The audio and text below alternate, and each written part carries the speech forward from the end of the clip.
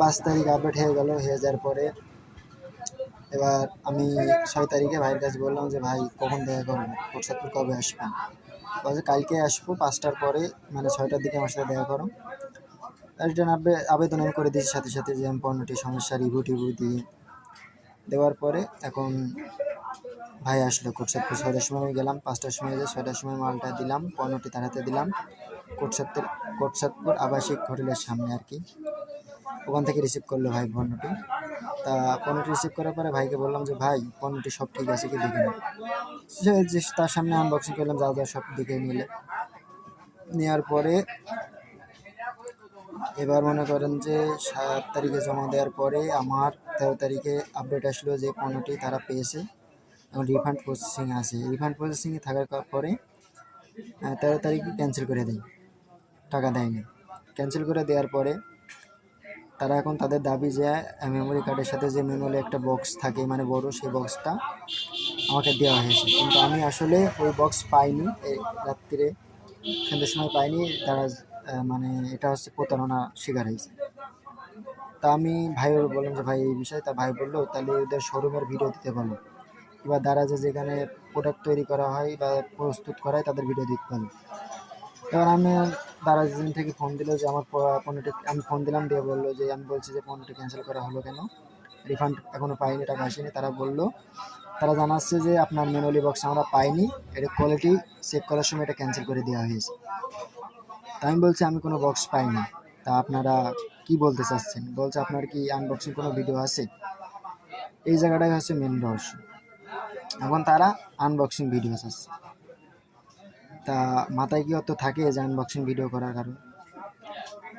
জানে যে কেউ এরম প্রতারিত হবে কি বা প্রতারণের শিকার হবে,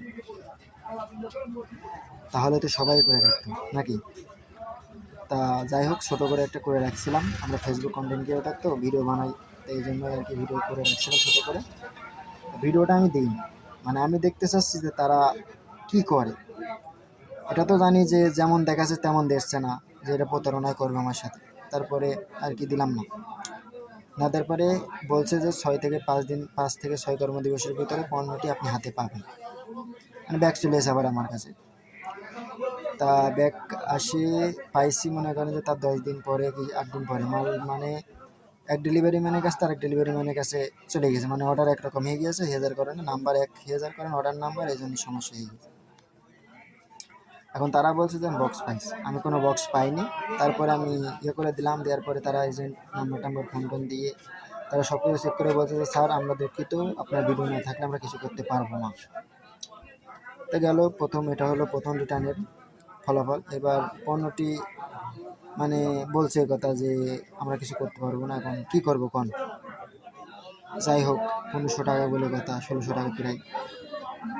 তো এখন পণ্যটি রিসিভ করলাম 5-6 দিন পর। রিসিভ করার পরে সাথে সাথেই ডেলিভারি ম্যানের সামনে মানে পণ্যটি দিয়েছিলাম, পেপার ফ্লাই থেকে আসছিল, আর মানে ওরা রিটার্ন করে দিয়েছে, আমি রিটার্ন করেছিলাম পেপার ফ্লাইয়ে, আবার পাইছি পেপার ফ্লাই থেকে, আবার রিটার্ন করে দিয়েছে, ওরা রিটার্ন করেছে রেডেক্স থেকে।